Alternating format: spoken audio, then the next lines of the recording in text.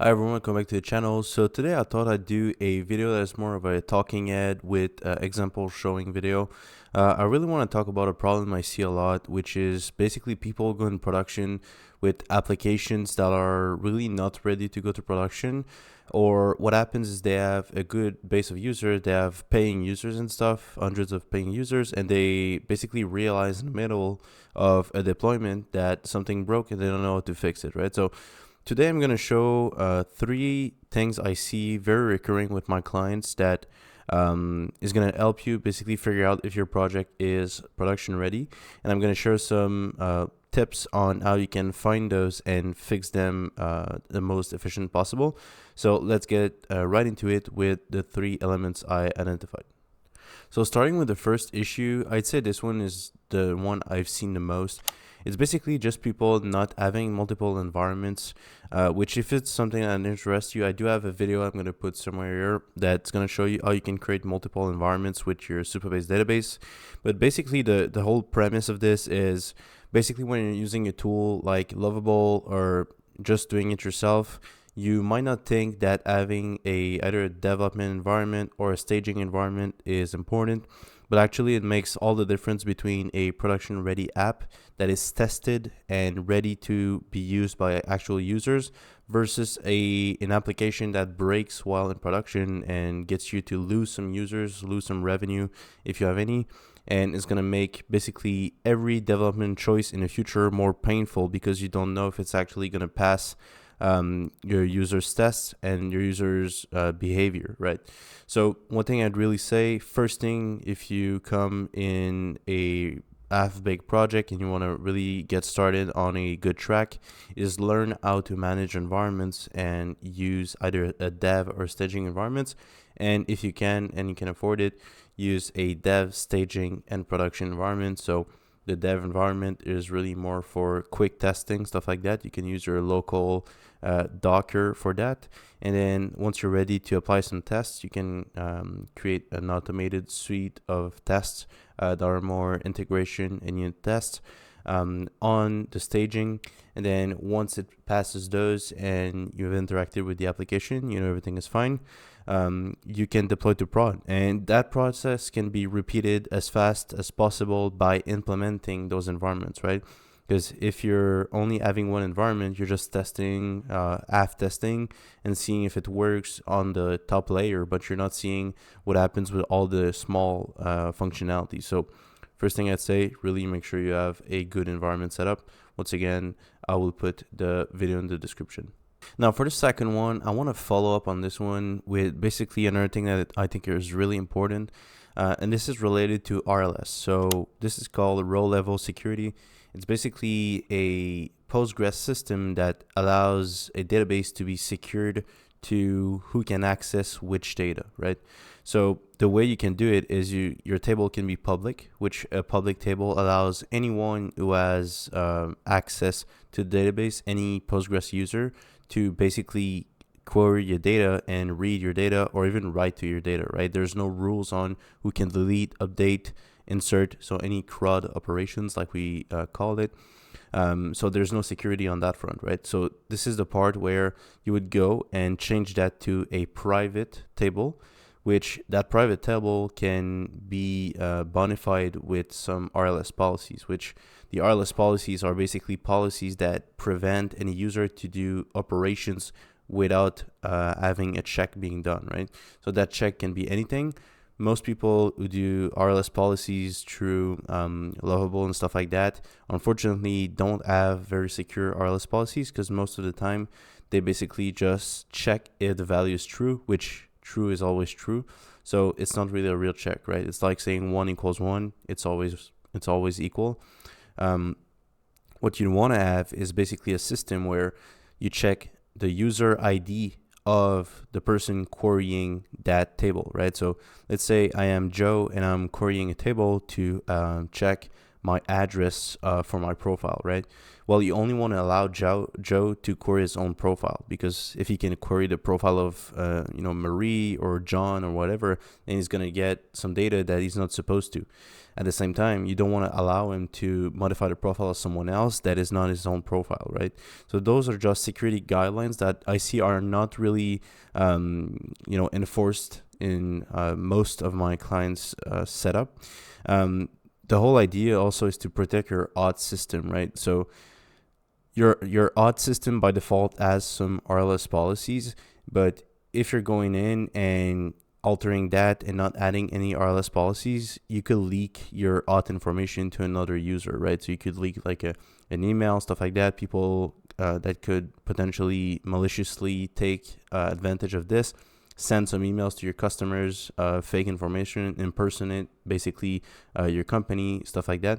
So the RLS policies are really the groundwork for your application if you want to have a secure application that as a firewall between the user and the data itself, right? So if I had to choose for a second place, I'd put the RLS policies in second place. So on that, I think we should head out to the third characteristics that we've identified for this example. So the third mistake I really see the most is really broken migrations. I'll explain to you what broken migrations are. If you guys know what Git is, it's a version control system. If you don't know what Git is, I'll explain to you basically what is a migration or Git works. Imagine you have an apple on the left and an orange on the right, and you decide to add a pear on the right or another fruit on the left. Well, Git would act in a way that would say, okay, it added that on the left, added that on the right. Now, those are two new versions of, let's say, a basket of fruit, right? So this is basically just a version control system where it checkpoints basically how your data is at a specific point, and then how it was and how it can be if you decide to merge two checkpoints together. And basically the parallel to that is code. So if you merge code to a main branch or a main production database, then that code will be isolated from another environment like dev or staging, right? So the follow-up I want to do on that is migrations are basically the same thing, but for SQL, right? So for database language, which is used in Supabase. So let's say you want to create a table. Well, you could run a query in the SQL editor of your database that is create table X and add the columns ID, email, whatever. Now, all those operations, when it's done via AI, mostly with web-based AI tools like Lovable, stuff like that, they don't actually apply migrations like it should be, right? You should use the Supabase CLI to apply those migrations incrementally to your schema, and not apply it via the SQL editor, interface to create those, right? Because the whole idea of a migration table is it basically keeps a log of what you did, right? So you can know first thing I did this, then 2, 3, 4, 5, and you can have naming conventions on what was done in that specific migration. So it's really easy to backtrack and replicate that database onto another system, right? So when I bring my clients from a lovable project or from, a broken system, what I do first is I set up the 3 environments, but I also repair the migration table to make sure that it's ready to get new changes. So usually what I will see is that Lovable created a migrations folder with a bunch of migrations, but most of them don't respect the actual naming convention. So the Supabase CLI won't pick them up. I also see some of them that are empty, some of them that were never applied, that were ran through the SQL editor. So it really becomes a pain where I see the migration table being completely broken and you need to repair it by hand. But fortunately, we've developed some tips to do it faster. That basically allows to save us some time on how to get your database back up as soon as possible.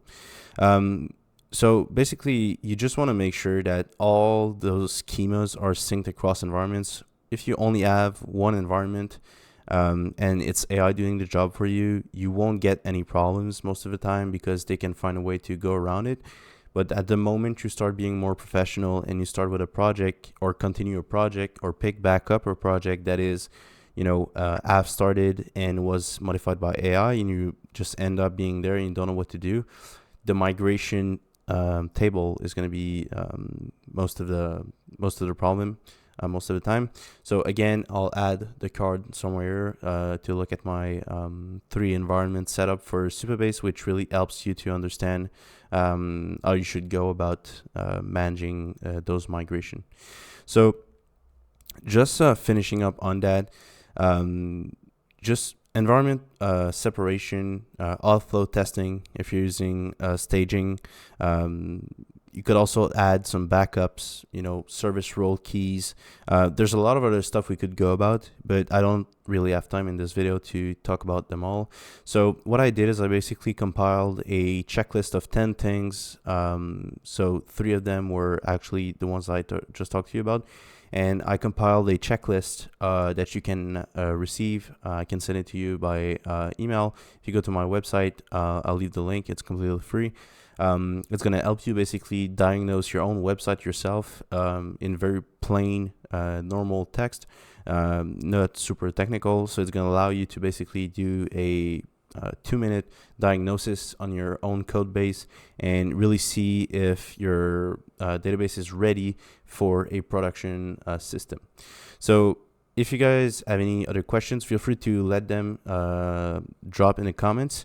And if your app works, I'd be really interested to know what is your app and how long did it take you to put it back up with a production system. Do you have multiple environments? Are you looking to build more environments? Just let me know, and I'd be really interested in hearing about you. So I'll see you guys in the next one, and hope you have a good day.